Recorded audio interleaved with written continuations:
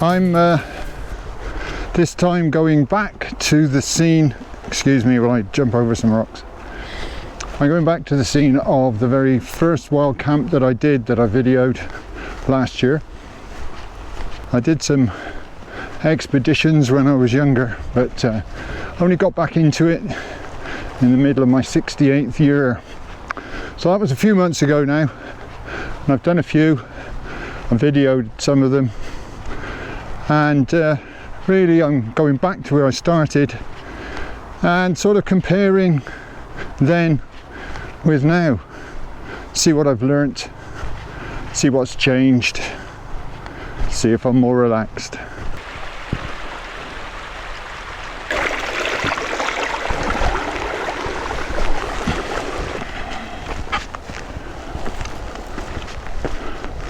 I've been to the top of this hill, now I'm wandering off towards the east, back to near where I camped before.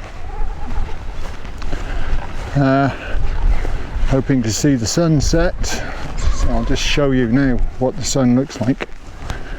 I don't see any reason we shouldn't get a good sunset, as long as I can actually manage to film it. So that's my view. That's where the sun's going to go down over the Carmarthen Fan, over there.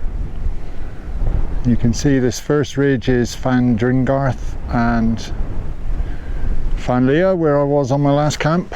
Fan Neath behind that. Fan Brecon, Fan Fawr, and you can't see Peak behind there, but certainly there. It's beautiful, isn't it?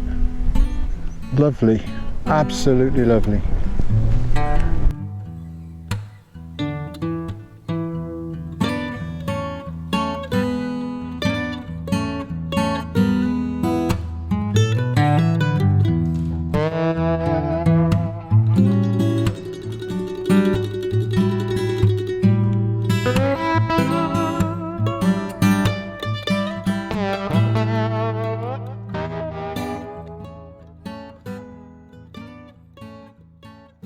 Well, getting the tent up in this wind, it's about 20 miles an hour I think. It's sort of 15, goes up to 20, occasional gusts bigger than that.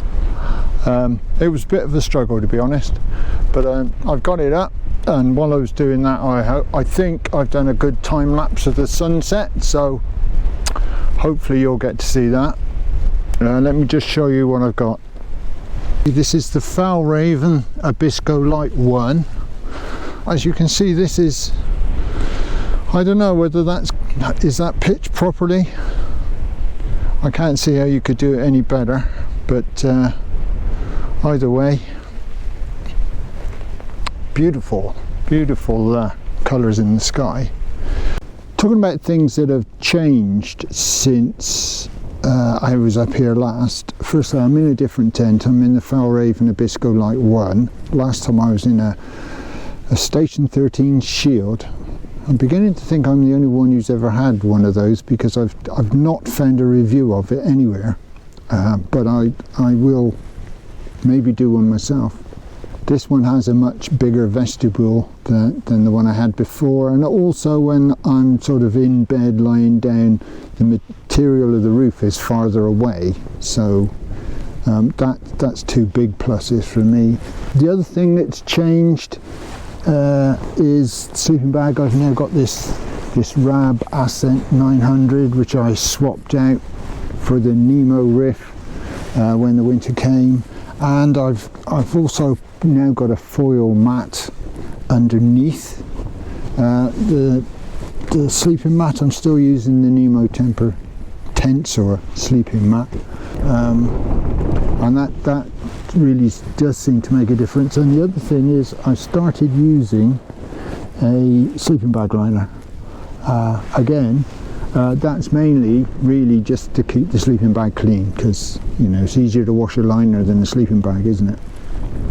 Now, one of the first things I had to learn how not to get the tent in a right mess, and I've now sort of worked out where everything goes. Up at that end, the head end, there's my clothes for tonight, my electronics bag, and I bring a tablet with me now so I can watch a film. My bag, I've taken it pretty much everything out of the bag, and it stands up over there really nicely, so that's good. And then in the foyer vestibule is where I keep all the food. So I've got my cooker, I've got you see the bag there, the blue bag, that's got all my food and stuff in it except for the snacks that I bought on the way. I've swapped out the Wildo cup for a nice big cup because, you know, it wasn't big enough to have a decent coffee. Got a bottle of water there. I've brought this bag because there's no water on the way up to where I am, so I brought on my water with me. Another change I've made during the winter is to swap out the pocket rocket that I was using, the MSR pocket rocket stove, and I brought this Coleman Alpine stove instead. Obviously it's a lot heavier, it's about 300 grams heavier actually, but it is low down, and of course during the winter and tonight as well, because of the, you know, the wind, I'll be cooking inside the vestibule, and it's just a lot safer to have it low down. Another thing I've been working on is food. When I first started, like everyone else, I was using the dehydrated meals, and I still do occasionally, but the last few times I've been, instead, I mean, they're expensive, they're okay, but you know, it doesn't feel like it's proper grub. So I've moved on now to rice with some, well, usually rice with some cooked meat. So last time I had, what did I have? Onion, bacon, tomato in couscous, and that was really nice, except that the couscous just got everywhere. So I'm back on the Uncle Ben's rice. This is barbecue rice, and the Matheson's pork sausage, which is pre-cooked. I was going to bring some onions and tomatoes, but I didn't in the end. I'm not sure whether I decided not to bring them or whether I just forgot, I don't know. But either way, it feels like, you know, more like a proper meal. And a lot cheaper. So that's one thing that's changing. I'm gradually finding different food I can eat, and saving a bit of dosh in the process. There is one other thing that changed big time, and this is like a proper game changer, and that is this humble bottle. It's made my life so much easier in the last few camps, and it's because I use it as a pee bottle. It's camouflaged, as you can see, so it's not going to be used for anything else. I ought to write P on it, really, in great big letters.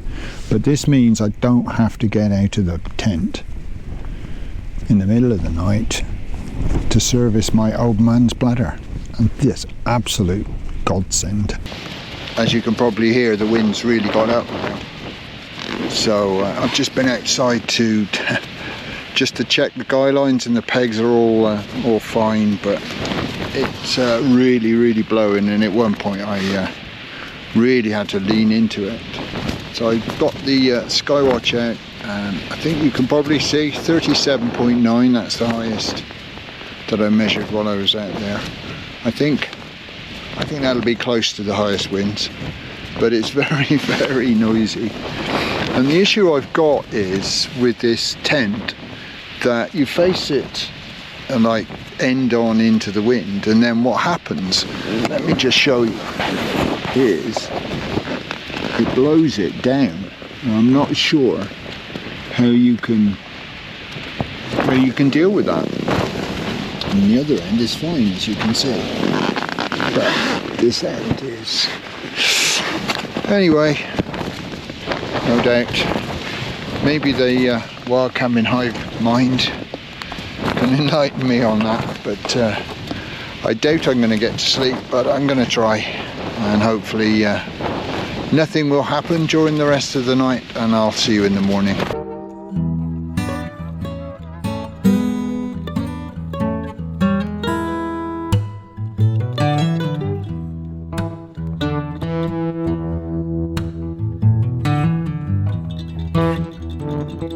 Good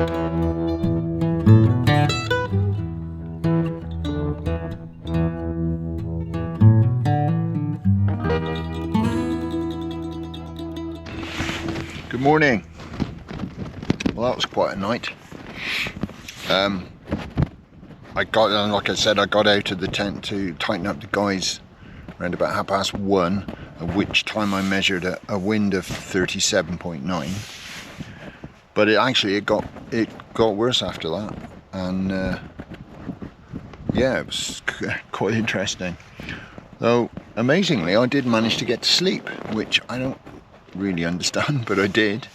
And I woke up again at about 3:30, and no wind, or almost no wind, as it is now.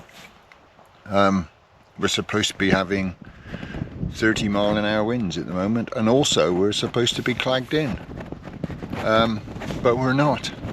So quite what's happening, I'm really not sure, but I'm very, very grateful. However, it is really, really cold, so I'm having my breakfast inside the tent.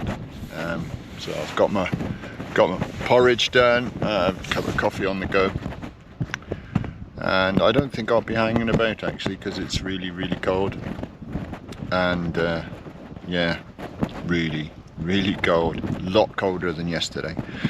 So I'll get this down me, and I'll check in with you a bit later on.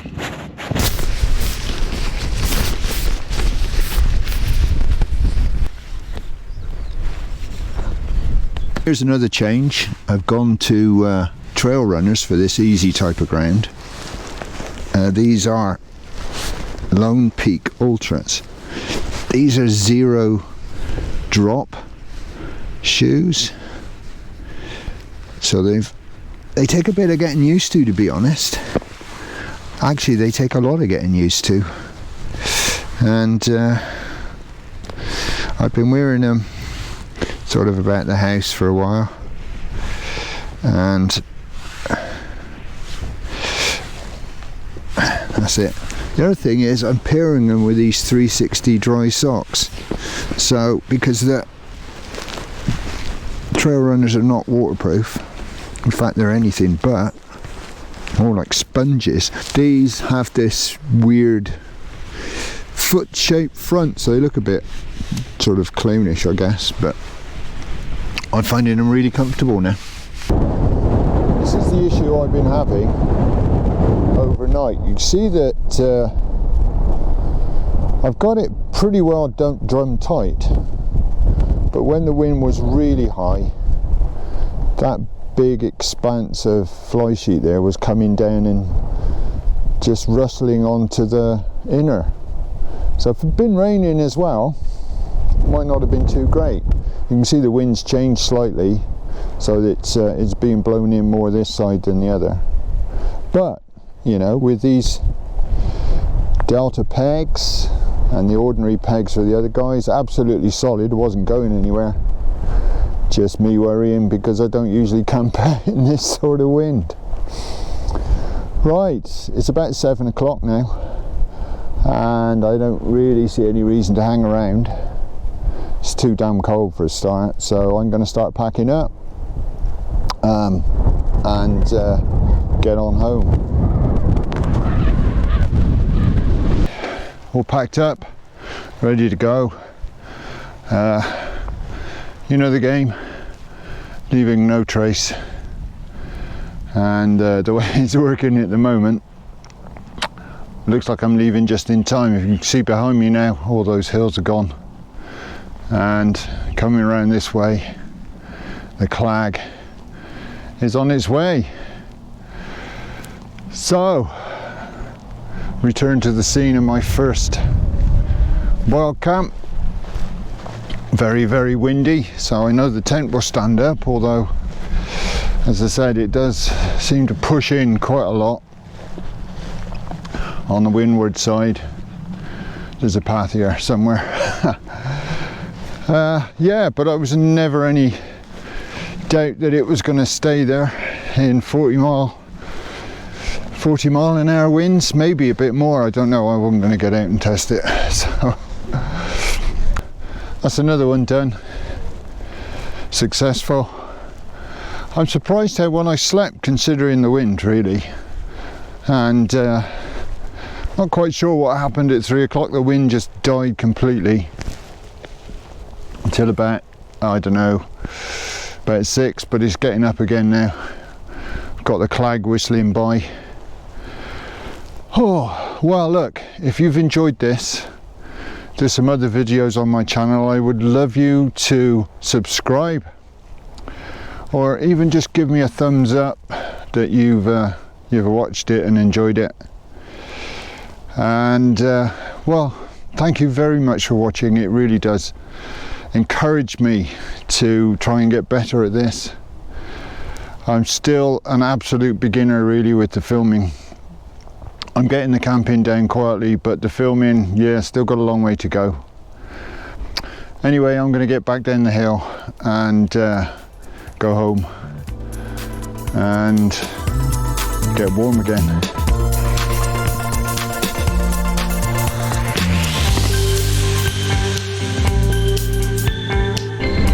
Let's be honest, this walk to the camera, walk away from the camera, go back, get it, you know, it's a bit of a dumb game really, isn't it? It's got to be done, I think. Does it have to be done? Yeah, I think it has to be done.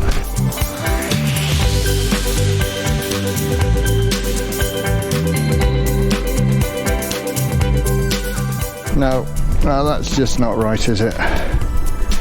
You're coming home with me, I think.